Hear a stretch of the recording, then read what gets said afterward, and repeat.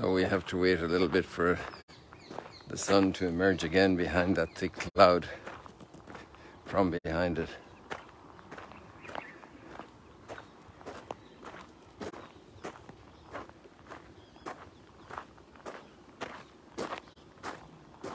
We've got a number of Korean groups coming through these days.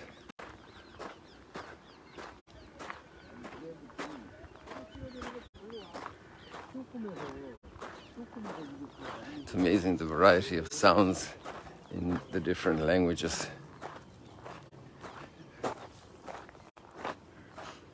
And some languages have some sounds that others don't have.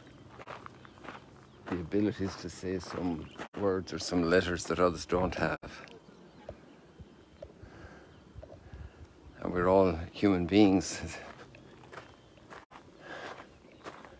We can understand each other and we can translate. I just saw fleetingly an announcement for, I'm not sure if it's an app, I guess it's an app, that you can have your own voice emerge in any language of your choice just by choosing to say a text that you're saying and put it into that language. It's a little bit beyond my skills to do all that, but I guess it's possible nowadays. All the stuff that's coming with artificial intelligence. It's amazing the ability, the dominion we're acquiring all the time over nature. And we still have that same big challenge of how to deal with each other and how to be responsible for our lives. So how we handle our will, that's our own internal command center, and don't let it run amok or don't let it disintegrate and not be active. We have responsibility for ourselves.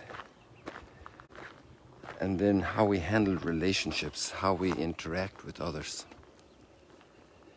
And that's a marvelous field. It's unending. It's filled with art and with flowers, with skill. And that's also acquired. There's so much given to us.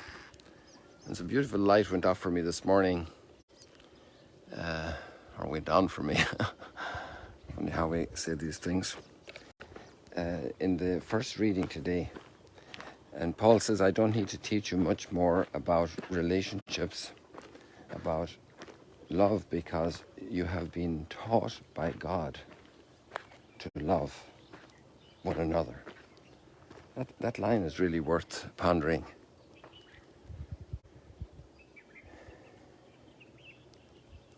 For you yourselves have been taught by God to love one another. What an amazing observation. So Paul is watching them and he says, you yourselves have been taught by God to love one another. It's a little bit about the path of growth in the soul.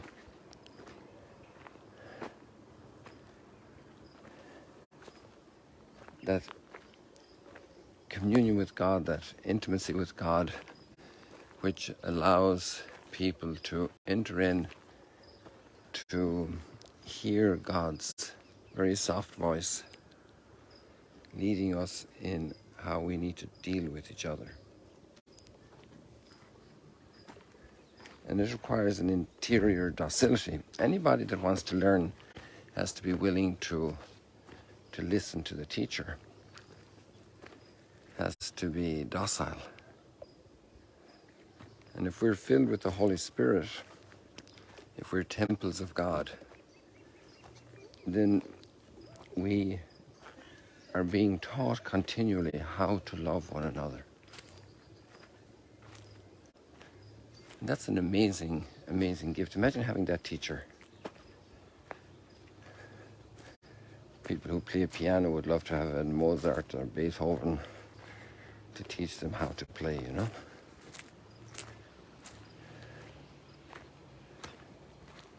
physics student to work alongside Einstein.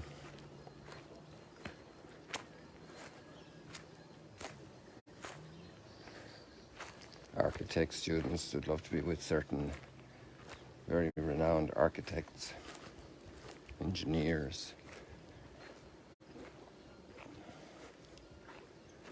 Even to learn how to sweep the chimney with the best chimney sweep in town, you know, in the countryside.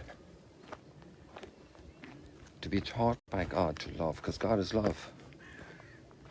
You have all been taught by God to love.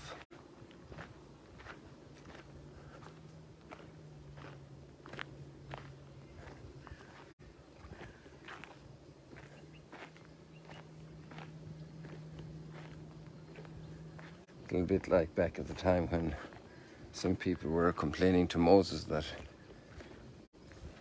some of those who had received the Spirit of God who were not in the camp at the moment of that gift.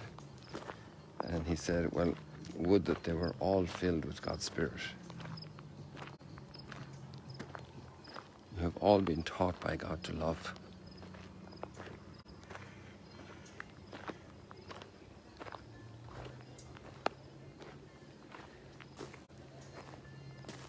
And sometimes that requires great sacrifice.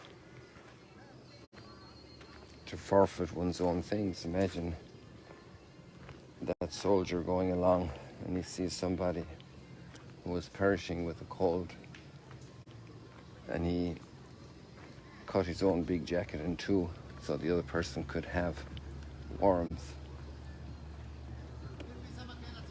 That's what parents do for their children in the natural order. But here we're talking about the supernatural order, where this grace inside is moving us to love even our enemies. You've been all taught by God how to love. Maybe you could ponder, or we can ponder, the last occasion that I noticed that.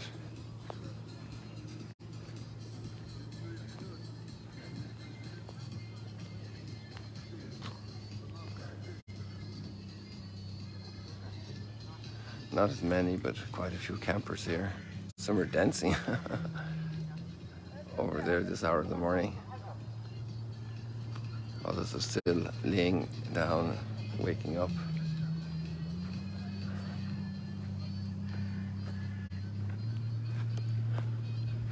Somebody out here in his jet ski.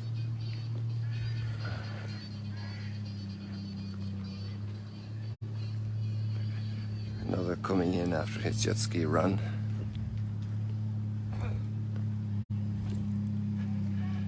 And then we touched on the point of responsibility, which is handled very well in the parable of the talents, whereby it doesn't matter how big our talent is or what our talent is, but that we're responsible to use our talents. And what are the biggest talents that each of us have?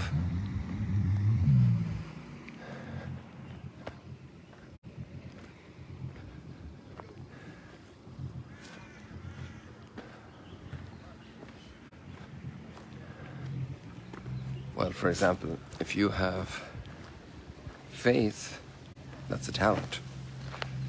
And if you have faith even as small as a mustard seed, you could say to this mountain, move from there. Hey, look at our setting blue moon. I wonder if it's still blue since we're in September. Well, it's the same moon we had the other day.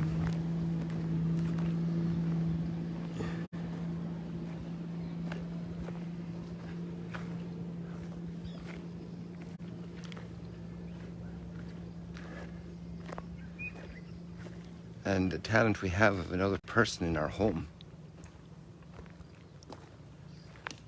that's more important than having a piano. To have another person, it's more important than having a computer. To have another person in the home is more important than having a cell phone.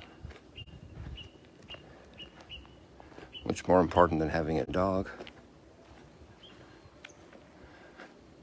No comparison at all. It would be offensive to compare.